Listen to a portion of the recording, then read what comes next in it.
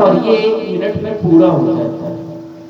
आप ज्यादा नहीं 20 से 30 दिनों के अंदर पाएंगे कि आपका शरीर में अगर कोई रोग है तो वो धीरे धीरे हटने लगा, मन मजबूत होगा और आप धीरे धीरे उस परमात्मा की तरफ जाने लगेंगे। पर एक सही गुरु के मार्गदर्शन में ही आप करेंगे। कारण इस चीज से आपकी कुंडलिनी शक्ति यानी शरीर के भीतर जो शक्तियां वो इतनी तेजी से ऊर्ध्वगमन होती है कि आपको उसे संभालना मुश्किल हो सकता है। अगर ऐसी कोई स्थिति आए तो इसके निवारण के लिए, क्योंकि कुछ लोग इस शक्ति का, इस प्रभाव को, इसकी महिमा जानकर करने भी लगते हैं। कोई शराब पी के कहीं पड़ा होगा, कोई चोरी करने की तैयारी में होगा, सब अपने अपने तरीके से रात को जग ही रहे होंगे।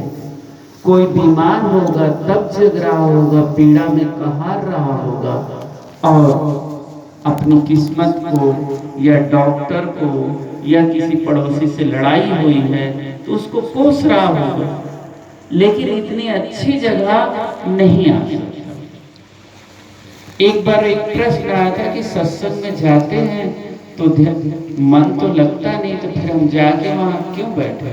मैंने कहा कि इसलिए बैठो कि कम से कम इतना तो याद तुम्हें रहे कि हम सत्संग में बैठे हैं। और दो ही अवस्थाएं ऐसी हैं जहां आप पाप और पुण्य आपके हाथों से दोनों नहीं होता। एक जब आप सोते हो तब आपसे पाप पुण्य नहीं होता, दूसरा जब आप सत्संग में बैठे होते हो तब नहीं।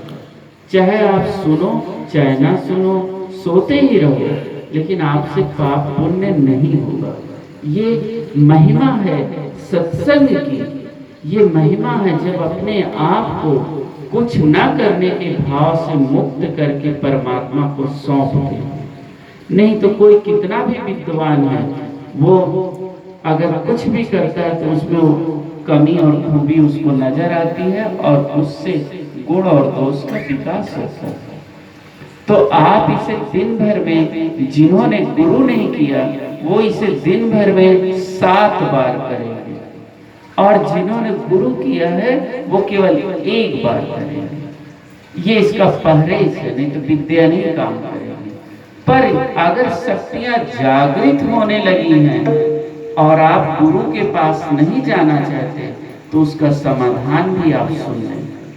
जिस ओम का आप